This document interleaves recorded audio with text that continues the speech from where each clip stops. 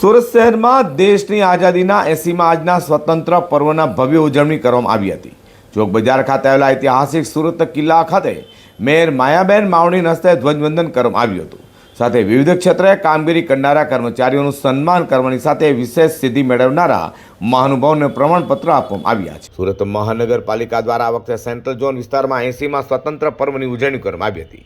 સુરતના ચોક બજાર ખાતેના ઐતિહાસિક કિલ્લાના મેદાન ખાતે આ વખતે યોજાયેલા ધ્વજવંદન કાર્યક્રમમાં પ્રભાત ફેરી બાદ સુરતના પ્રથમ નાગરિક મેયર માયાબેન માવણીના હસ્તે ફરીથી આખો સુરત મનપા દ્વારા આ વખતે સેન્ટ્રલ ઝોન વિસ્તારમાં 80મા સ્વતંત્ર પર્વની ઉજવણી કરવામાં આવી હતી। સુરતના ચોક બજાર ખાતેના આવેલા ઐતિહાસિક કિલ્લાના મેદાન ખાતે આ વખતે યોજવામાં આવેલા ધ્વજવંદન કાર્યક્રમમાં પ્રભાત ફેરી બાદ સુરતના પ્રથમ નાગરિક મેયર માયાબેન માવણીના હસ્તે ધ્વજવંદન કરાયું હતું અને ત્યારબાદ યોજાયેલા કાર્યક્રમ દરમિયાન વિવિધ ક્ષેત્રોમાં વિશેષ સિદ્ધિ મેળવનારા મહાનુભાવોને પ્રમાણપત્ર આપી સન્માનિત કરવામાં આવ્યા હતા।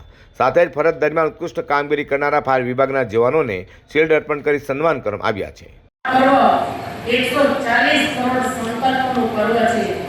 સ્વતંત્રતાનો આ પૂર્વ સામૂહિક સિદ્ધિ અને ગર્વ અને ઉત્સાહથી ભરેલું છે। દેશ સતત એકતાની ભાવનાને મજબૂત બનાવી રહ્યો છે।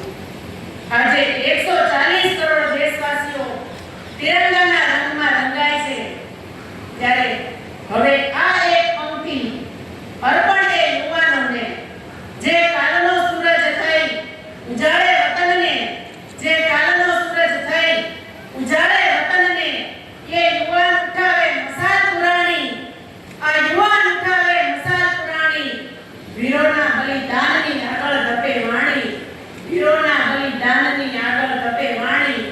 ટેક અને એઆઈના શસ્ત્ર ઉકેલે યુગની સમસ્યા, ટેક અને એઆઈના શસ્ત્ર ઉકેલે યુગની સમસ્યા, જવાબદારીની લગામે ધપાવે રાષ્ટ્રની દિશા।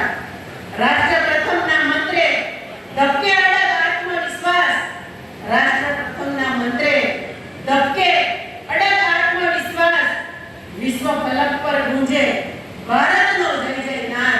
સુરતમાં સરકારી અને અર્ધ સરકારી કચેરીમાં સ્વતંત્ર પર્વની હર્ષોલ્લાસ સાથે ઉજવણી કરાઈ હતી। તો સુરત મનપા દ્વારા આયોજિત સ્વતંત્ર પર્વની ઉજવણીમાં અનેક કર્મચારીઓનું સારી કામગીરી બદલ સન્માન કરાયું હતું।